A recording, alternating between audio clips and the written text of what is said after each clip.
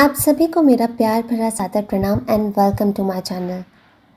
आज हम बात करने जा रहे हैं एक ऐसे पवित्र दिन की जिसका नाम है अक्षय तृतीया। एक ऐसा दिन जहां समय रुक जाता है और हर किए गए पुण्य का फल कभी खत्म नहीं होता। चलिए आज एक ऐसी कहानी सुनते हैं जो सिर्फ तिथि नहीं, एक अस्तित्व का पावन त्योहार है।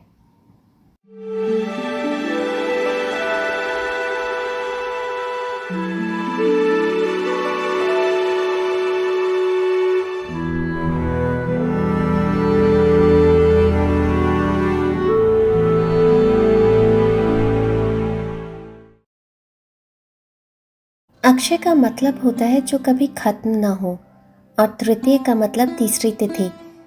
इस बार 2025 में अक्षय तृतीय का पर्व 30 अप्रैल बुधवार को मनाया जाएगा।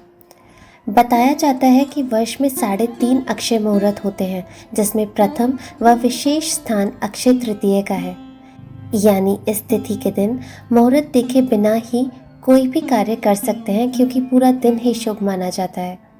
कहा जाता है इस दिन अगर आप कोई भी दान, पुण्यात्मक या भक्ति का काम करते हैं तो उसका फल कभी समाप्त नहीं होता, वो अक्षय बन जाता है, यानी सदा के लिए आपके कर्मों में जुड़ जाता है। आइए अब आपको इस दिन से जुड़ी कुछ दिलचस्प कहानियाँ सुनाते हैं। परशुराम का अवतार। इस दिन भगवान विष्णु ने अपना छठा अवतार लिया था परशुराम के रूप में, जिनका जन्म धरती से अधर्म मिटाने के लिए हुआ था। इसीलिए इस दिन को विष्णु अवतार दिवस भी कहा जाता है। कुबेर का दान।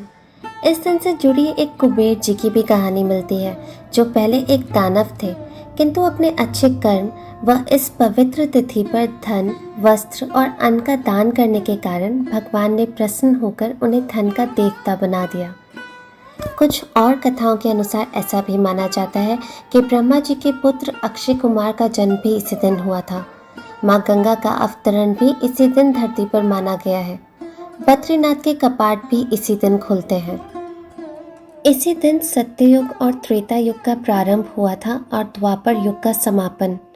इसी दिन भगवान श्री कृष्ण ने युधिष्ठिर के पूछने पर यह बताया था कि आज के दिन जो भी रचनात्मक या सांसारिक कार्य करोगे उसका पुण्य जरूर मिलेगा।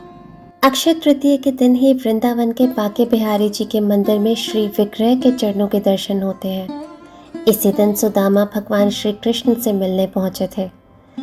अक्षय तृतीय ही वह शुभ दिन है जब वेद व्यास और भगवान गणेश ने महाभारत ग्रंथ लिखना शुरू किया था।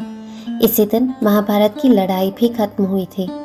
कहा जाता है इस दिन सूर्य और चंद्र दोनों ही उच्च की राशियों में होते हैं, इसलिए कोई भी शुभ काम बिना मुहूर्त के भी किया जा सकता है। इस दिन किए गए कर्मों का फल कभी क्षय नहीं होता, वो आपके जीवन को उज्जवल बनाता है, आर्थिक रूप से भी और आध्यात्मिक रूप से भी। आइए अब आपको बताते हैं कि कौन से कार्य इस दिन करने से घर में शुभता आती है। नदी या गाय का दूध मिलाकर स्नान करना शुभ माना जाता है। इस दिन घर में तुलसी का पौधा लगाना पवित्रता लाता है। अन्नदान, वस्त्र दान और गौ दान सबसे बड़े पुण्य माने जाते हैं। सोना चांदी खरीदना भी शुभ माना गया है, क्योंकि यह समृद्धि का प्रतीक है। अक्षय तृतीय के दिन भगवान विष्णु और देवी लक्ष्मी की पूजा विधि विधान से करने से मनवांछित फल की प्राप्ति होती है। तो दोस्तों, इस अक्षय तृतीय पर एक दिया जलाइए श्रद्धा का, एक दान कीजिए दया का और एक संकल्प लीजिए सुधार का। अगर आपको ये वीडियो पसंद आई हो तो प्लीज़ लाइक करें, चैनल को सब्सक्राइब करें और इस पावन ज्ञान को अपने दोस्तों और परिवार के साथ ज़रूर बांटें। जय श्री हरि।